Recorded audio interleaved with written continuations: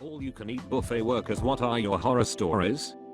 Not a horror story, just funny. I worked at Wendy's when they had salad bars. You could get a single serving bowl. They used to serve eat in chili in styrofoam bowls, and the large doubled as a chili bowl, or all you can eat platters. The taco salad bottom plate.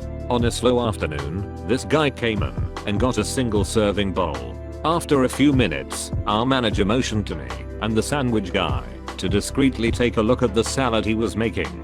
The guy had filled the bowl with salad, then made a ring of overlapping cucumber slices to extend the lip of the bowl upwards. He filled that with salad, then added another ring.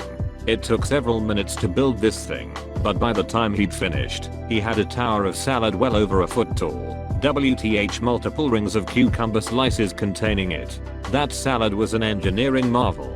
He carefully carried it back to his table, sat down, then looked up guiltily as our manager walked out to him. The manager handed him a free item coupon and said, "That is the most impressive salad I have ever seen. Your next one is on me."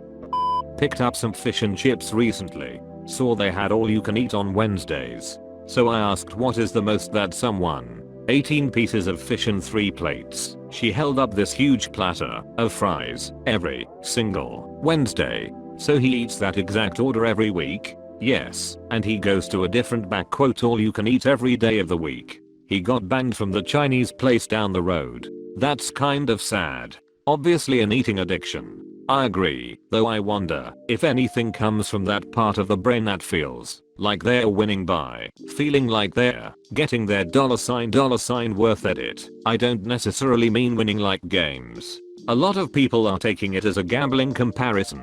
Some people just really don't want to spend money on anything, so they can feel like they get the most stuff out of their money. It's not always just about food. I sorta took it there by accident by mentioning taste. Kinda like people I know who never want to splurge for some good quality shit that tastes a lot better. They feel compelled to always only buy the cheapest thing. College friend worked at a Chinese buffet. He said they caught a regular dipping his pizza in the wonton soup bowl, like in the queue, and not at his table, and eating it. Bite, dip, bite, dip, bite, dip. After the 4th time in a month he did it, management finally kicked him out. Like he brought pizza into the buffet, or this was a Chinese place that also does pizza. Every Chinese buffet has one terrible pepperoni pizza for the picky eater kids, with exactly 1 piece of pepperoni on each slice, in accordance with international Chinese buffet law. There was one buffet serving pizza with 2 to 3 pepperonis on each slice. It wasn't long before they got raided by the feds. Not an employee, but once I saw someone using their shirt as a bag and filled it with BBQ chicken wings. You promised me you won't tell anyone. Hey, it depends if you shared any of the wings. I had a coworker that briefly managed a Ryan's buffet. He said that it was fairly common for people to gorge themselves, then purge in the restroom, and start eating again, so that they could get their money's worth. Leave it to Ryan's buffet, where the quantity is the goal and 8-year-old kids are 6'0" with mustaches. When you talk about something gross at a buffet, Ryan's is always there to say hold my beer. They legit just have ham sitting in boiled water. MMMMM. Hot ham water. So watery, and yet there's a smack of ham to it. I worked at a Ruby Tuesday in Center City, Philly, 1st floor of the Liberty Place building. I had a couple that would come in about twice a week that requested me. They would gorge themselves at the salad bar for about an hour, ask for large glasses of water with no ice, then both would take the water into the bathroom. They would come out a few minutes later with empty glasses, ask for the check and leave. I finally put it together that they were bulimic after I walked in the women's bathroom and it smelled like vomit. Very polite folks and tipped well though. That's so sad. Hopefully they recovered from their bulimia. That is sad. They supported each other's bulimia. There was a fairly expensive restaurant in Dallas in the 80s called Southern Kitchen. About $25 per person back then with food served to the table. Really good stuff.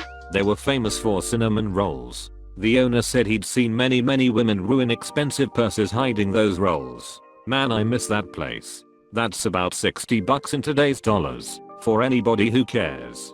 Edit. Thanks for the gold. My subscription just ran out yesterday. Happy face. Yeah, it's not like Golden Corral or a regular buffet. It was much nicer. Obligatory, not a buffet worker, just a witness. We were waiting in line for the soft serve machine at Golden Corral. The woman in front of us gets up to the machine and awkwardly jerks the handle around in an attempt to get at the sweet ice cream within. She's pushing, pulling, twisting, doing literally everything but turning it to the right, which would have dispensed the ice cream. She's really perplexed by this. So she takes the next logical step, of course, which is to wrap her lips around the spout, form a seal on it with her mouth, and start trying to suck it right out of the tap. One of the workers sees this and looks on in disgust before he unplugs the machine. On the way out, we see that he put an out of order sign on it, so thankfully they didn't keep serving it after that whole incident. Well, if you can't jerk it, then suck it. I bet she's real popular with the fellas. Pickle boy. There was this man who used to come into our restaurant who clearly wasn't all there in the head. He was functional but very weird. As the months progressed, he got way weirder. He started wearing women's underwear over his clothes, even going so far as to stuff his bra. Picture a 6 feet 2 inches 250 pound dude with a baby face wearing silky underpants and a lace bra over ratty jeans and a stained Hawaiian shirt. That's our guy. He went from being able to hold a sort of normal conversation to just spouting conspiracy theory word salad. But the weirdest thing was his change of eating habits. He used to eat a variety of our soup/salad/baked potato options from our buffet, but as his mental health deteriorated, so did his desire for variety, I guess. By the time his weirdness devolved to aggression, and we had to 86 him, he was coming in for 2 things, pickles and ranch dressing. He'd pile as many pickle slices as he could onto his plate, then put so much ranch on them the dressing and pickle juice would be running all over the tray. He'd eat it all, and his face would be covered in ranch and pickle bits. Then he'd drink water straight from the pitcher he inevitably stole from the wait station, slimming it with pickle ranch slobber. Never a dull moment with that dude around. Pickle boy, wherever you are today, I really hope you got the help you so desperately needed, but I was not sorry to see you go.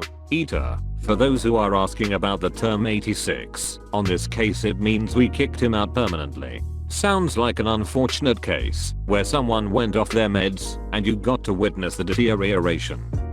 I worked at a pizza buffet for 2 years during college. I have a number of stories, but the one that I will always remember is the guy who got super upset that we wouldn't make more dessert pizza when we were half an hour past closing time. This guy comes in with his presumed wife and 2 children around 8:30. We close at 9.